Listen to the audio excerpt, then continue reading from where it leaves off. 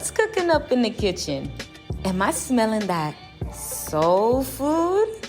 Oh yes, it is soul food, the spiritual food for your spiritual nourishment. And you know what?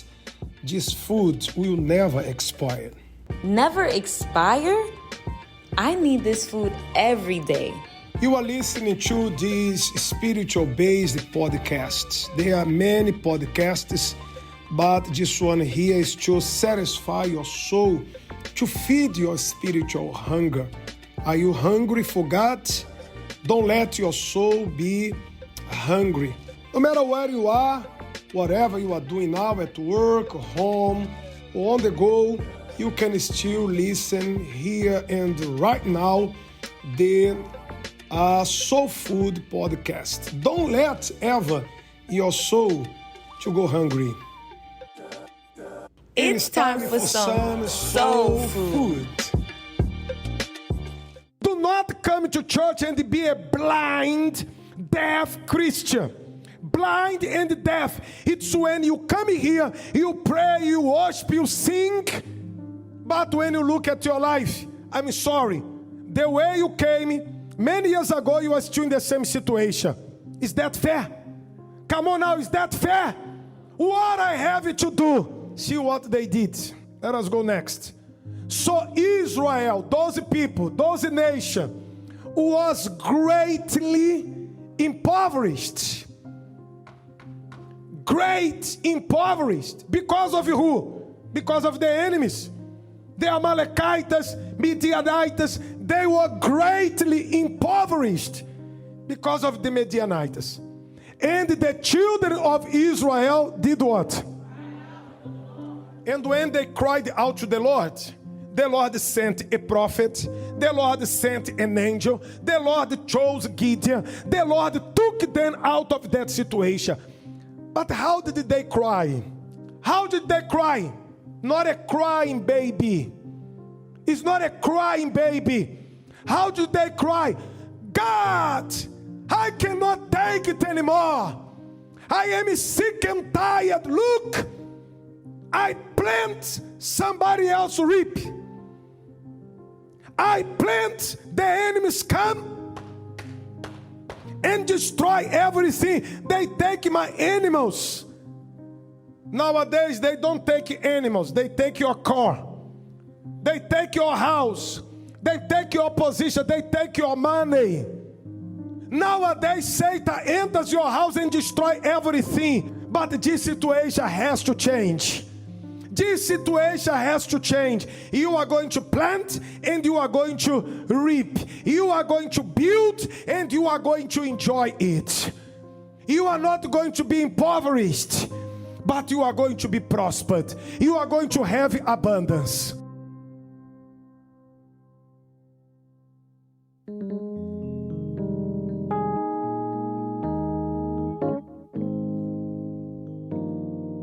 Thank you for listening here on the Soul Food Podcast with Bishop Joshua. We will be right back with more. Today, we will continue part 2 of Richard's story. Don't miss it, and make sure to share this episode with a friend or family member. That I will have to climb, and there will be battles that I will have to fight, but victory or defeat, it's up to me to decide. But how can I expect to win if I never try? I just can't give up now. I've come too far from where I started from. Nobody told me the road would be easy, and I don't believe he brought me this far to leave me. Never said there wouldn't be trials. Never said I wouldn't fall. Never said that everything would go the way I wanted to go. But when my back is against the wall and I feel all hope is gone, I just lift my head up to the sky and say, help me to be strong. I just can't give up now. I've come too far from where I started. I've come too far. Nobody told me. No one told me. It would be easy, and I don't believe He brought me this far. Yeah. I know You didn't bring me out here to leave me lonely. Even when I can't see clearly, I know that You are with me, so I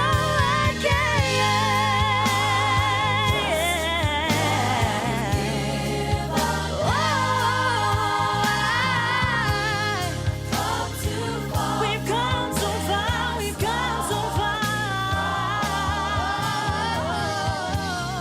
Nobody told me. Nobody told me.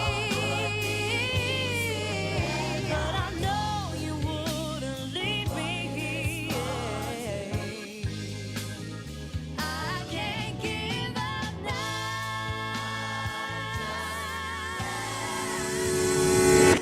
I did 7 years in the military and I traveled the world. I lived in Greece. I was stationed in New Jersey. So I was stationed in New Jersey first. I was going to New York City, Philly, and New Jersey every weekend, drinking. Atlantic City, Philadelphia, if you know where Center City is, New York, still partying with all my friends for 4 years. I left there, went to Greece. In Greece, partied some more. But in Greece is when I started seeking something deeper. Because this is when I had an experience on LSD. My blood brother, who was now saved, he came to Christ, had offered it to me and with the right heart, hey man, this will change you, this will get you, because everyone knew me as a reckless person. One day this guy's gonna go to prison. I was always that guy, getting away. I'm in the military selling drugs. So in the military, it didn't stop me. I thought it was better now because I had the uniform, I had the connections, so now I could sell drugs and no one would ever think about it. So all my friends in the streets were like, man, this dude's crazy, but they trusted me because they knew who I was. I had street credibility. So now I'm moving pounds of marijuana, a lot through the mail. And so my brother, loving me so much, he thought maybe if he takes LSD, he'll change, because people in New Age and people in that psychedelic realm, they think that LSD or shrooms will make you a better person. All you're doing is accessing the spirit realm illegally. So I took the LSD and I had a spiritual experience. And that's when I realized how real the spirit realm really was. It scared me. It scared me so bad. I got depressed again. So when I went to Greece, it's when I started really seeking God. I started seeking the higher power. I didn't know who He was. That's when I started crying out, I had this experience on LSD. I don't know what the purpose of life is. I'm always seeking something. I've had all these women. I've had all this money. I've had all this success. What do I do? And I started crying out to the higher power. And I was on the island of Crete in Greece, and I'll never forget it. It was like a movie scene. You see the moon, the mountains, the moon lighting up the mountains, and I'm at the beach. All my friends are in the club getting drunk, and I decided, hey, I'm gonna go to the beach and I'm gonna call upon whoever the higher power is. And I didn't know the Bible. I didn't know anything. I went out there profusely crying, just screaming, "Who are you? What's the purpose of life? Who are you? What's the purpose of all this? I need to know." And I'm screaming, and I heard a voice say, "I'm gonna show you now." That same voice I heard in New York when I was suicidal. And again, I freaked out. Did I really just hear that? What's going on? And I just stopped and I paused and I was just meditating on it. What did I just hear? Am I tripping? And when my friends came out of the club, drunk, I told them, and they were like, "Bro, you're tripping, man. You need a drink. Just get out, get over it. What's wrong with you, bro?" And I'm like, maybe I'm tripping, whatever. So I left Greece. And again, when I was in Greece, before I left, I traveled all over. I went to Barcelona. I went to Paris. I went to Amsterdam. I went to Prague. I was in and out of London on weekends. I would go to London on the weekends because the tickets out there were cheap. I went to, Santorini, to Athens. So many different places in Europe. I traveled. I was well traveled. Germany, I went to Berlin, I went to Frankfurt. But all the traveling didn't fulfill me. I thought, growing up that maybe if I traveled and went to these places, it'll fulfill me. But it didn't at all. That's what made it worse. That's what made me call out to the higher power. So I left Greece and I went to California. So now I'm scheming even more. Now I'm like, okay, I'm going to Cali. I know that Cali's the mecca for marijuana. I have a bunch of friends who sell weed. Weed isn't as bad as Molly and cocaine, which I've sold in the past. And I've sold lean, I've sold pills, all that. I was like, this is actually herb and it's good for you. It's medicinal. Maybe if I do this, this will be better because now I'm spiritual. Now I've had my LSD experience. I'm really reading books on philosophy. I'm doing yoga, hatha, vinyasa, ashtanga, Bikram, all types of yoga and doing ohms. Now I'm on this spiritual journey after this LSD trip. And I'm like, Cali's the perfect place. And all my friends told me about a place named Humboldt, California, which is 3 hours north of the Bay. And that if I went there, I would find the plug. That's where all the growers are at, but it's called Murder Mountain. If you go in there, you don't come back. Most people die out there because there's no cell phone service. It's a bunch of hillbillies out there, Asian mafia, Mexican mafia. This is where all the big drug dealers in the city will hire people to go out there and grow their weed. So I was like, man, but I can go find one. And I got to Cali, and again, just in my reckless faith that I still had the gift of faith back then, but I was using it for the devil. I took my money, thousands of dollars. I took my pistol in my uniform, drove from San Diego, California to Humboldt. If you guys know how far that is, it's pretty far. I flew to the Bay and I drove to Humboldt, but then I drove back from the Bay to San Diego. But in Humboldt, California, when I got there, I just went in faith with my rental car and 2 totes, big totes in the back.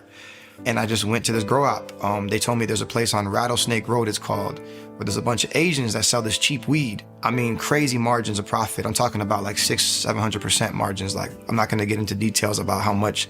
I don't wanna teach anybody that stuff. I don't glorify it, but I went out there in faith and I just brought my money. I think it was about 30 to 50,000 that I had acquired through, just little drug deals just to get to that point. I saw the Asians. I saw the grow operation. I saw how it was fenced off. I saw how they had the pickup trucks going in and out. I saw like there was the Asian mafia, and I just stood. I got out the car and I stood in front of my truck and I just started waving my money. So cars were passing by and they're just staring at me like they wanted to kill me. And I was just like, it's either gonna be a shootout or I'm gonna get this weed. And one couple stopped. It was an old couple, Asian couple, and they said, what are you doing? Come here. And I told them, I was like, I need weed and here's my money. And they were like, you're crazy. All right, come on. And they brought me in, and this is not a lie at all. This is the truth. I literally got sat down, they got me a chair, and I seen all these Asians, and they were cutting the weed, trimming the weed, growing it, all that. And they just brought a whole bunch of bags. They dug up from the ground bags. They had buried old weed from last year, which was still really good at the time, and new weed, all this stuff. And I got the craziest prices. I mean, I hit the jackpot. So now I'm like, it's over. Like, I'm the plug. I don't have no more middlemen. Like, I'm the supplier now. And I told all my friends, people that I used to buy from are now buying from me. Now I'm fronting, no problem. I create a whole demonic drug operation, apostolically for the devil was built. And now I started creating drug holes around the U.S. So I was putting people on that never sold drugs. I was teaching them, my friends, even my family, people I love that were involved. I'm not going to mention, but because some people that I love that are still involved. I was deep in it, and I started making a lot of money. I was making over $100,000 a month at this point. This is when I started investing deeper in cryptocurrency. This is when it got crazy, because now I had the traveling, the women, and I had money before, but now it was real money. Now we're talking about money that I've never touched. I bought 2 properties. I had one rented out. I had a condo on the hill in La Mesa near SDSU in California that I bought. Now I got my seller's license, so I can go and get cars at the auction to launder money. You see, like I was moving smart with it. But I was depressed again. I was really down because I'm like, man, all this money now the money's not answering it either. Because I'm making all this money, but now I'm more stressed. Now I'm paranoid, thinking about the feds running in because I'm still in the military. I got to get out the military before I get caught. I'm just like freaking out. I'm thinking my friends are against me. And this is where it got real, because I moved all my marijuana through the mail. Everything. And this is when it got real. A package went missing, and it was a package for about $20,000. At that time, it meant nothing. I mean, that was nothing. I was making so much money. But because of my pride, I just was like, I need to figure this out. And it was around the 4th of July of 2019. And this is when I was like, okay, I got to figure this out. Like, who stole my package? And I was so reckless because the girl I was dating at the time, and I had many girls, but the one I liked the most, she was like, just let it go, don't worry about it. It could be the feds. And I was like, no, I've been 100% in the mail. I got this on lock. I got this whole system. It has to be somebody inside. Because I knew about the dark web. I knew how the dark web works. I've been on the dark web. I've seen things. I've even bought stuff off the dark web. And I know people, they go on the dark web to infiltrate within. And this is when I started, I wanted to find out so bad. I asked the girl I was dating, hey, you talked to me about voodoo in the past and witchcraft. Can the person you know that does witchcraft, the voodoo priest, help me figure this out? If this is real, like y'all say, because people always say this is so real, I'm like, then he should tell me how much it costs. She was like, you're crazy, but all right, I'll give him a call. And she said, okay, well, let me call my cousin. Her cousin's a voodoo priest in Haiti. I was like, all right, call him. And he said on the phone in Creole to her, he has to come to Haiti if he wants any answers. And she thought, that's it. Like, he's not going to go. You know, this guy's not going to go. In Haiti, they call Americans or someone that's not Haitian a blanc, which means like a gringo in Spanish. And I was like, all right, let's go. So we bought the ticket. She thought I was crazy. She tried to get me to back out. I was like, nah, we're going. And bring your parents too. Tell them to come. We went to Haiti. We went to, flew into Port-au-Prince. It is a third world country. It is very bad. Extremely ghetto. I did not think it was like that because I traveled in Europe and I went to some poor places, but that is by far the poorest place I've ever been. And when I flew into Jacmel, to Port-au-Prince. When I flew into Port-au-Prince, we had to drive all the way to Jacmel. If you know where that's at, it's about 3 hours away. Jacmel is one of the most known areas for voodoo. I went out there to see the voodoo priest, and when I went out there, I paid him the money. He started reading my cards. He started doing all these crazy rituals, putting on an outfit, chugging alcohol, smoking a cigar, summoning demons into his body. I didn't know they were demons. They call them ancestral spirits. So I'm watching all this. I'm seeing the tarot cards, and he's reading things about my past spot on. I mean, like things that really happened that nobody could have just known. So at that point, it's like I started believing because of the truth. He was telling me true things that happened. But if you know about witchcraft, the devil knows your past, but he can't know the future. Only God does. But I didn't know this. So I'm listening like, man, what? Like, okay. And I start asking questions and engaging, and he's telling me things, and, you know, the demon's speaking through his body. Like before he does anything, he has to drink, smoke, and do a ritual and dance so the demon will possess him. And you'll see his face, everything, his facial expressions, everything changes, and the spirit will speak through him. And I'm just looking at this guy like, okay, what else? And he's telling me things. And I'm like, who stole my package? He's like, I'm going to tell you, but first you got to do this, and we got to do this, and you need to go get this, and all these supplies, and we have to go to another hut. They had these red huts. It was on a property. It was so demonic. I'm talking about human skulls in the hut, animals that they would sacrifice just roaming around, like a whole altar. Like I'm talking about like voodoo dolls, like the whole nine. Disgusting.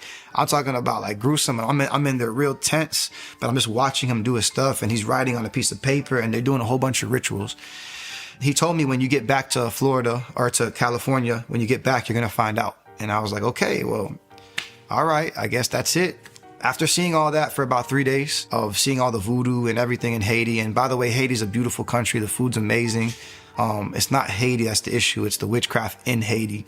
If you guys study the history of Haiti, they did a voodoo ritual to get their independence. It's actually known in Haiti, which is sad. There's a demonic altar set up out there. It's crazy, but I left Haiti, and I still was doubtful. I'm like, I don't know, man. Like, I don't think no one's gonna just snitch on themselves. Like, I don't know. And that's when everything began. So my friends started distancing themselves from me. People would say certain things real quick and regret saying it. And I'm like, wait, did my friends rob me? And I'm starting to think everyone that was closest to me, my blood brother, my best friends, I'm talking about people I love, were all against me. Again, like what happened in New York, that same thing was happening, but this time it's worse because now I have money, now I have power, now I have weapons, now I know people. Now, you know what I'm saying? So like now I went down this crazy path, and I was like, well, I'm going to keep seeking spiritualists. I went to an Indian medium in San Diego who told me a bunch of true things as well. But what they do in voodoo and witchcraft is they'll tell you true things about your past, spot on, and then lie to you They'll tell you, oh, this person's against you and you need to give me this amount of money in order for it to break. But what you're doing is you're coming in agreement and you're actually putting witchcraft on someone who probably didn't do anything to you.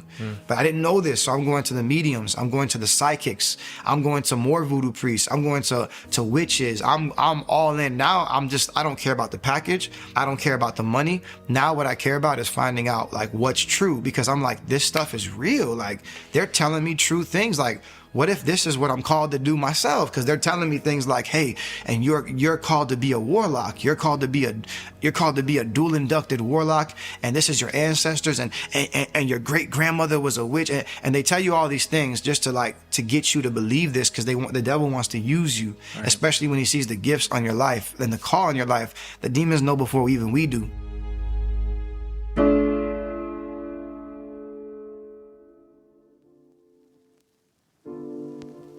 Thank you for listening to Soul Food.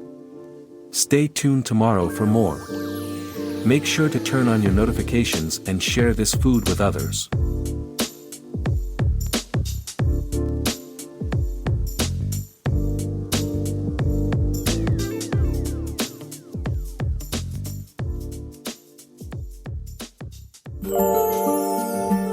Thank you for listening in. That's all the soul food we have to share today. Stay tuned to the next episode on Soul Food and keep your notifications on. Share each episode with your friends and family to feed their souls. Give the food that lasts forever.